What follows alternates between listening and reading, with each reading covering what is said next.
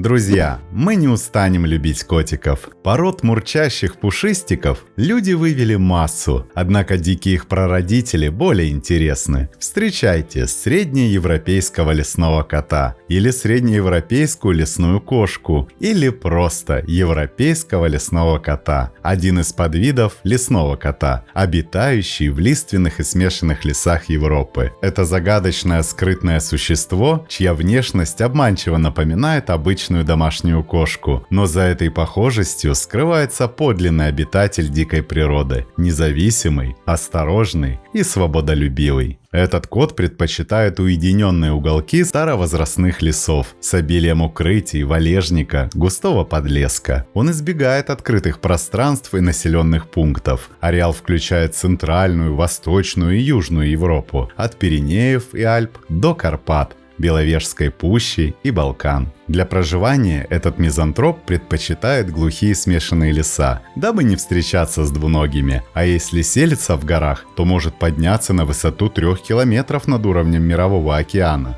В горах дикий кот находит пристанище также в расщелинах скал, старых норах барсуков и лис. Примечательно, что в тех местах, где много барсучьих нор, кот в них не только устраивает постоянное убежище, но и спасается от опасности, даже если вокруг много деревьев для побега. Европейский лесной кот крупнее и крепче домашнего собрата. Его тело достигает в длину до 90 сантиметров, включая хвост, при массе до 8 килограммов у самцов. Шерсть густая, плотная, с отличительной серовато-коричневой окраской и неяркими темными полосами, особенно на лбу и шее. Самая узнаваемая черта – толстый пушистый хвост с четкими кольцами и черным тупым кончиком. Главное отличие от домашней кошечки – пропорции. У лесного кота более массивное телосложение, более широкая голова и менее одомашненные черты морды. Дикие лесные кошки имеют очень хорошо развитый слух и зрение, чутье немного слабее. Уши кота могут вращаться быстро, чтобы идентифицировать источник специфического звука,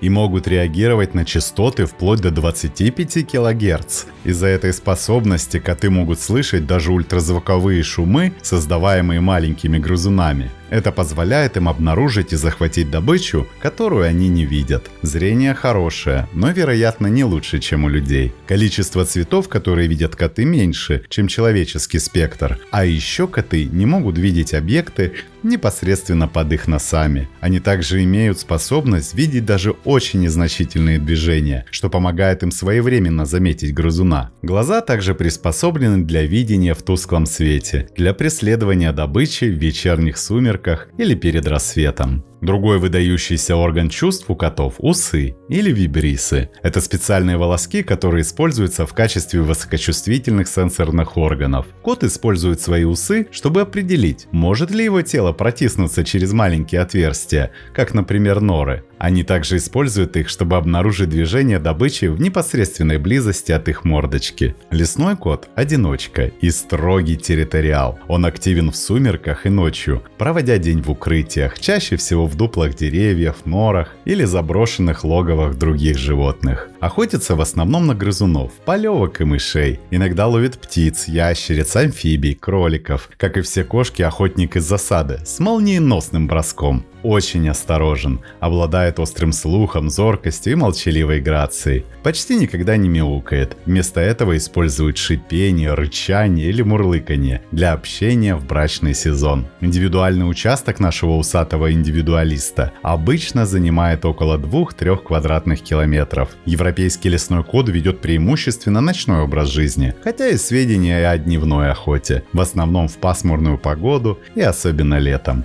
Одна европейская дикая кошка за ночь может пройти в поисках добычи до 10 километров. Несмотря на сравнительно небольшие размеры, лесной кот – это довольно серьезный хищник. Иногда дикие кошки нападают на представителей семейства куньих, на горностая, ласку и хорька. Куни же всегда отчаянно обороняются и могут задушить незадачливую кошку. Если охота удачна, дикий кот может съесть более 2 десятков мышей общим весом около полукилограмма. Лесные коты, как и все кошачьи, типичные эгоисты, ведущие одиночный образ жизни. Неволю наш мизантроп переносит с превеликим трудом и очень плохо приручается. Голос похож на довольно низкое хриплое мяуканье. Как и все мелкие кошки, дикий европейский лесной кот может мурлыкать на вдохе и на выдохе. Это обеспечивается особым строением гортани, отличающим мелких кошек от крупных, пантер, которые мяукать не умеют. Хочет любви лесной кот 1-2 раза в год. Основной гон происходит в январе-марте. В это время и самцы, и самочки чаще обычного метят территорию. Громко и заунывно кричат. Самцы группами, ходящие за одной самкой, время от времени дерутся за обладание ею.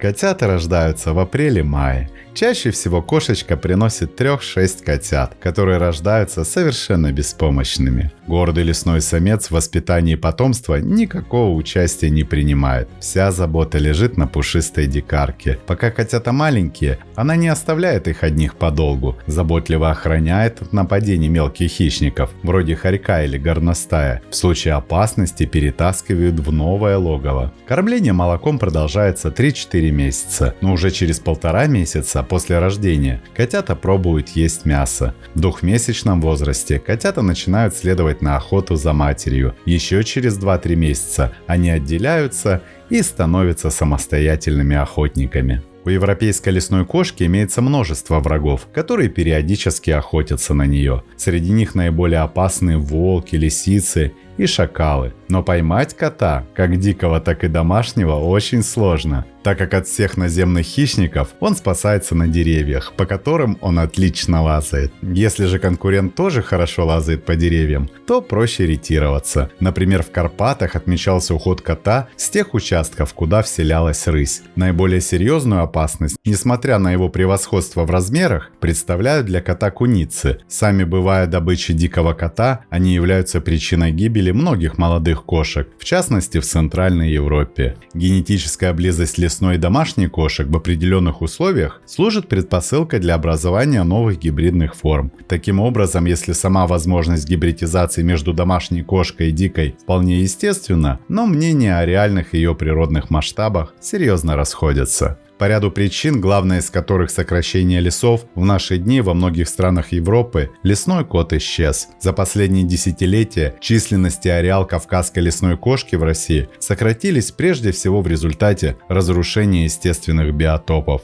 Как исчезнувший вид, лесной кот включен в Красную книгу Беларуси. Проблематично его сохранение в Литве. Лесной кот долгое время считался призраком леса. Его редко видели, и лишь с развитием фотоловушек и GPS-ошейников удалось изучить его поведение. Сегодня он символ дикой природы Европы, а также пример того, как природа может сохранять независимость даже в сердце развитого континента.